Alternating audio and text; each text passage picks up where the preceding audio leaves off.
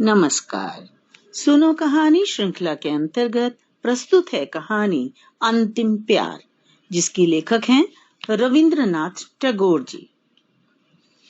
Art school के professor Manmohan बाबू घर पर बैठे अपने मित्रों के साथ गपशप कर रहे थे।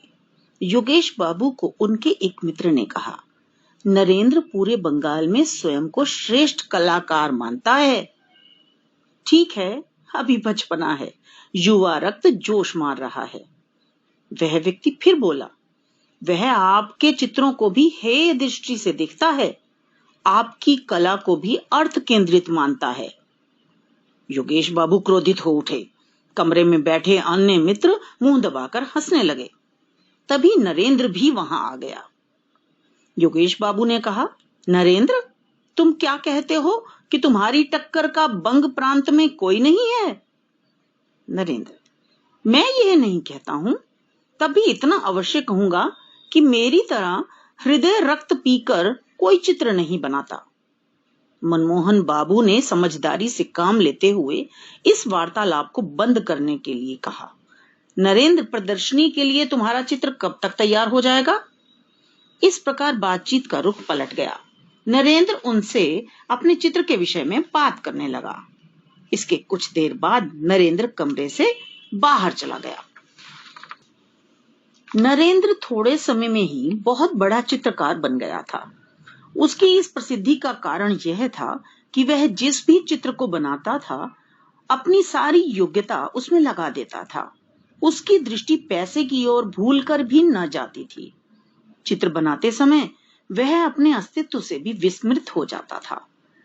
उस समय वह पागल के समान लगने लगता था। वह हमेशा अपने चित्रों की दुनिया में ही डूबा रहता था। नरेंद्र की पत्नी लीला भी सर्वगुण संपन्न थी।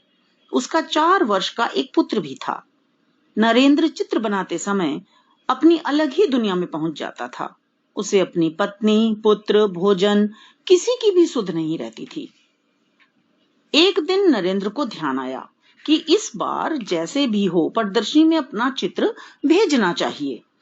कमरे की दीवार पर उसके हाथ के बनाए कितने ही चित्र लगे हुए थे। इन सभी चित्रों में चित्रकार की इतने दिनों की आशा एवं निराशा मिश्रित थी। उसे अपने इन चित्रों में कोई विशेष बात नजर नहीं आती थी। उसे लगा कि उसने कागज के टुकड़ों पर केवल रंग पोता है। उसने निश्चय किया कि इस बार ऐसा चित्र बनाएगा जिससे उसका नाम अमर हो जाएगा। वह पागलों की तरह टहलने लगा। दीन दुनिया सब भूल गया, पर सब व्यर्थ, कोई उपाय न सूझा। बाहर से रसोइये ने द्वार खटखटाकर कहा, बाबूजी। कौन है? नरेंद्र ने चौंक कर पूछा। रसोइया, बाबूजी, भोजन तैयार है, चलिए। नरेंद्र ने तीखे स्वर में मना करते हुए कहा कि मुझे तंग मत करो, मैं कुछ नहीं खाऊंगा। चित्र के विषय में सोचते सोचते 1 सप्ताह बीत गया। वह घर से बाहर ना निकला। इससे पूर्व उसे किसी चित्र के लिए विचार प्राप्ति में इतना समय नहीं लगता था। नरेंद्र प्रातःकाल मौन बैठा विचार कर ही रहा था कि द्वारपाल ने मनमोहन बाबू का पत्र लाकर उन्हें दिया। इस पत्र में उन्होंने उससे उसके चित्र के विषय में पूछा था। पत्र को पढ़कर नरेंद्र और भी व्याकुल हो गया। प्रदर्शनी में केवल 1 सप्ताह बचा था और अभी तक चित्र के विषय में उसका विचार ही तय नहीं हुआ था। अपनी योग्यता पर विचार करके वह रो पड़ा। नरेंद्र कई दिन से चित्रशाला में ही सो रहा था। पूरी रात उसकी आंखों में ही निकल जाती थी। वह कई रातों से ढंग से सो भी नहीं पा रहा था और कल की रात भी इसी प्रकार निकल गई थी। उसकी आंखों में जागरण का आलस्य स्पष्ट दिखाई दे रहा था। उसकी पत्नी घबराई हुई उसके पास आई और उसका हाथ पकड़कर बोली, जल्दी चलकर बच्चे को देखो, उसे क्या हो रहा है? नरेंद्र ने पूछा, क्या हुआ? शायद हैजा हो गया है। इस प्रकार समय नष्ट मत करो, बच्चा बिल्कुल अचेत पड़ा है। नरेंद्र अनमने मन से अपने शयन कक्ष में प्रविष्ट हुआ। बच्चा बहुत कमजोर हो गया था। भयानक रोग की परछाई साफ दिखाई दे रही थी। वह कंकाल मात्र मृत प्राय दिखाई दे रहा था। बच्चे की सांस देखकर ही उसके जीवित होने का एहसास होता था। उसकी पत्नी लीला ने कहा, इस तरह खड़े ना रहो, जाओ डॉक्टर को बुला लाओ। नरेंद्र ने दबी आवाज में कहा, क्या डॉक्टर? पत्नी उसकी बात सुनकर हैरान उठी। उसने व्याकुल होकर फिर उससे डॉक्टर को बुला लाने की विनती की। नरेंद्र घर से बाहर निकल गया। बच्चे के शयन कक्ष से निकलकर डॉक्टर के पास न जाकर नरेंद्र अपनी चित्रशाला में प्रविष्ट होकर एक कुर्सी पर बैठ गया। दोनों हाथों से मुंह ढककर सोचने लगा। संज्ञाहीन अवस्था में बड़बड़ाने लगा, क्या करूं? ऐसा आदर्श फिर ना मिलेगा, परंतु वह तो मेरा पुत्र है। मौन होकर विचार करने लगा। सहसा पत्नी की हृदय विदारक आवाज उसके कानों में आई, मेरे लाल, तू कहां गया?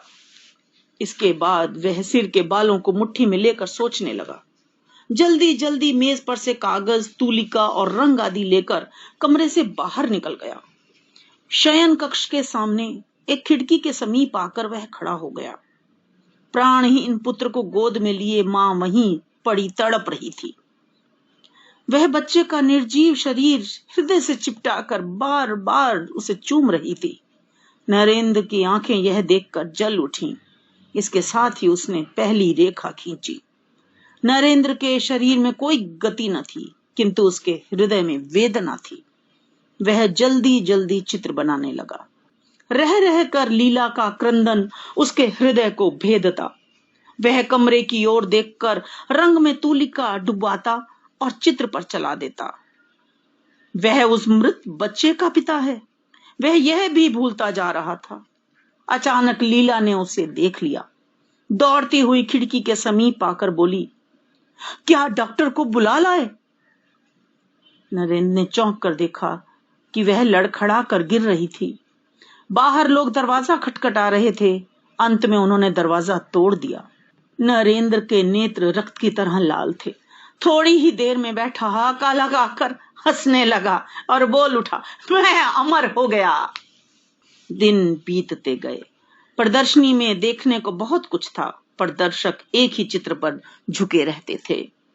चित्र में मां बच्चे का मृत शरीर हृदय से लगाए उसे चूम रही थी। चित्र अधूरा था। नाम था अंतिम प्यार। चित्रकार की तूलिका ने बहुत ही सूक्ष्म और दर्दनाक चित्र अंकित किया था। दर्शकों में योगेश बाबू भी थे। वे कह उठे, यदि मुझे पहले से मालूम होता तो मैं नरेंद्र को अपना गुरु बनाता। तो ये तो थी कहानी। आशा है आपने इसका रसास्वादन किया होगा, आपको कहानी अच्छी लगी होगी। इसे लाइक करें, दोस्तों के साथ शेयर करें और सब्सक्राइब करना बिल्कुल ना भूलें। तो मिलते हैं अगली कहानी में। धन्यवाद।